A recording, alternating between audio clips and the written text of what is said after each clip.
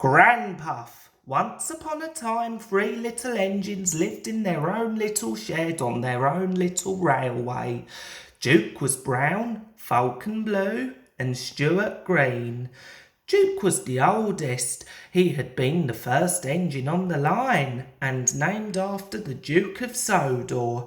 He was proud of this and wanted everything just so. Whenever the others did anything they shouldn't, he would say, "That would never suit his grace." Other engines came and went, but Duke outlasted them all. Stuart and Falcon used to call him Granpuff. Duke was fond of them and tried to keep them in order. They were fond of him too, as he was so wise and kind, but they did get tired of hearing about his grace.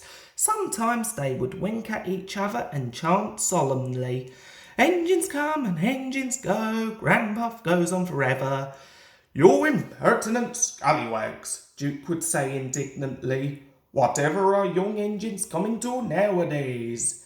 "Never mind, Granpuff, we're only young once." "Well, you'd better mind, unless you want to end up like number 2. "Granpuff, whatever happened?"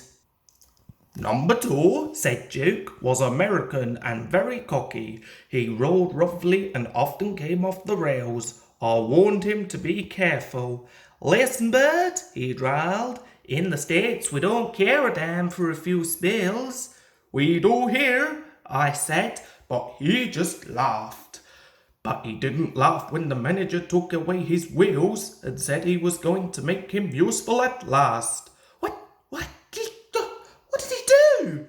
"He turned him into a pumping engine. That's what. He's still there behind our shed." Stuart and Falcon were unusually good for several days. Stuart and Falcon became useful engines, and all three were happy together for many years. But hard times came. The mines closed one by one, and the engines had little to do. At last their line was closed, and people came to buy the engines. "We'll take Stuart and Falcon," they said, but no one wanted Duke. They thought him too old. "Cheer up, Granpuff," called Stuart as they went away. "We'll find a nice railway, and then you can come and keep us in order." They all laughed bravely, but not one of them thought it would ever come true. Duke's driver and fireman oiled and greased him. They sheeted him snugly and said goodbye. They had to go away and find work. Duke was alone, locked up in the shed. "Where's his grace?" he wondered. "It's not like him to forget me." But his grace had been killed in the war, and the new Duke, a boy, hadn't heard of this little engine.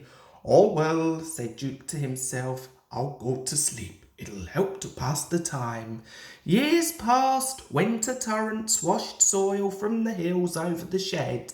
Trees and bushes grew around. You wouldn't have known a shed was there, let alone a little engine sleep inside it. Have you guessed about Stuart and Falcon? Yes, you're quite right. They came to the Fin Controller's railway.